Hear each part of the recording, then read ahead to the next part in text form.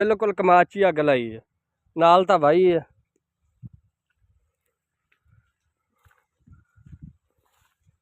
कोई गन्ना नहीं रहा जिहड़ा चूपर वाला जां पीड़न वाला।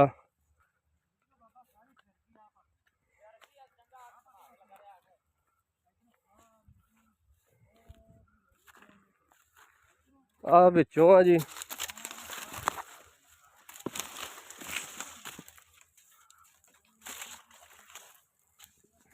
पूरा किला कमाद दा जिहड़ा सारा ही साड़ता।